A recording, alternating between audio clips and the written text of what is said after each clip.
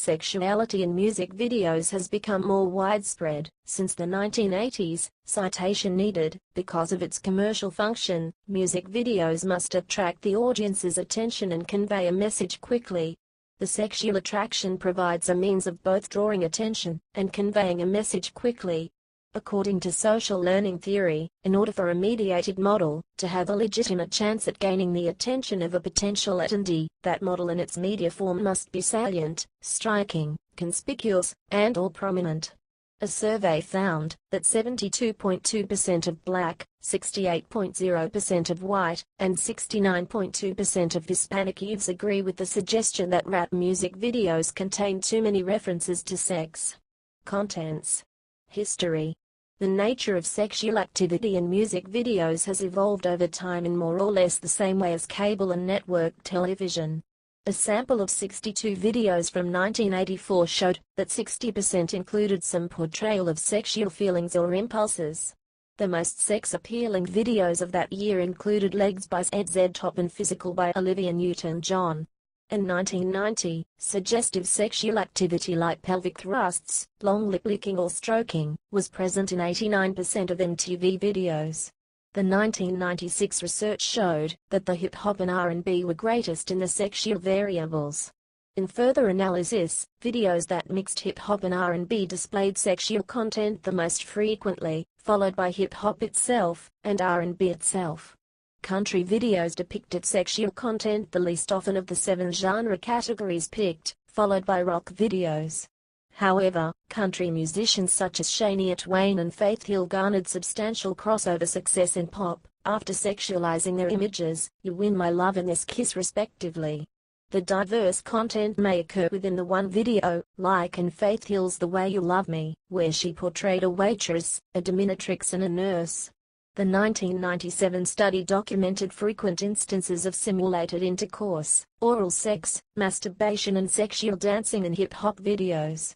Snoop Dogg and Hustlers had the top-selling adult videos in 2001 and 2003 respectively, as well as 50 Cent, Lil Jon and Ice-T. As the hip-hop culture emphasizes the heterosexuality, the lesbians have been generally co-opted into the male fantasy of a main age choice on the order of Ludacris's Splash Waterfalls, where female sexual arousal and coupling is arbitrated electronically by a virile male presence, particularly Ludacris on computer screen. Bet's former late-night program Bet Uncut often featured explicit music videos that ordinarily would not have been shown during the day, and many contained partial nudity. Before, artists were mostly making sexually oriented material for the underground market, providing them to strip clubs, or selling them as part of videos or DVDs. Now, they are bringing them directly to television, through places like Bet Uncut, and the Playboy Network.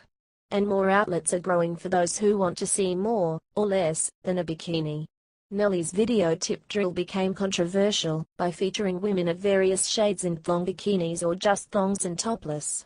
In addition to slapping of each other's butts, or having them slapped by men as they gyrate close to men's faces, the women are simulating oral, vaginal and anal sex both with men and one another.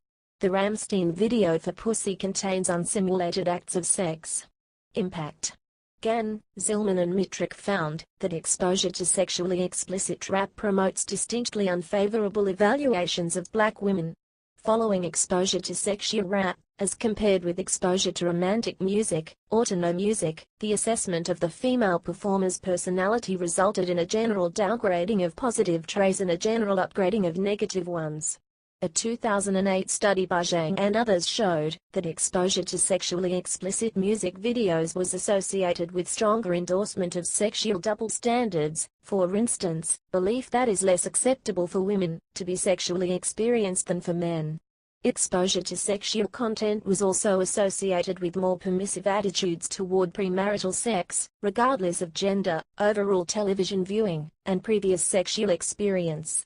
However, Gadside argues that the premise that music videos yield harmful effects, and that the harm would be sex-specific, for instance, women's self-concepts will be negatively affected, has not been supported by research. Regulations and censorship. Shortly after the debut of MTV, it forced the English group Duran Duran to edit their 1981 video for Girls on Film, which originally featured topless women mud wrestling. Madonna had several of her videos banned from MTV and VH1, most notably Justify My Love.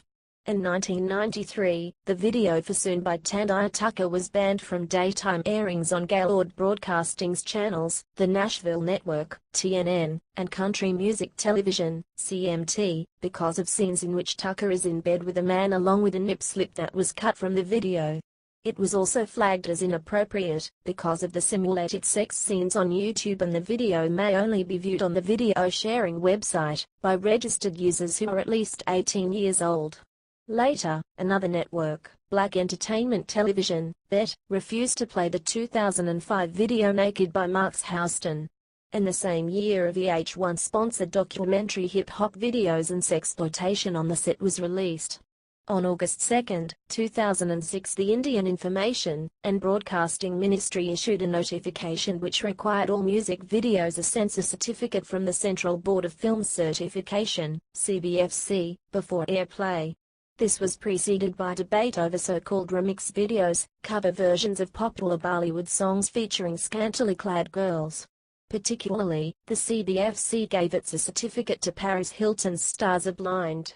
In spring 2010, a new wave of over-sexual music videos were released. Most notably is Christina Aguilera's Not Myself Tonight, in which she simulates sexual acts with both men and women. This video was shown on MTV with a TV PG rating.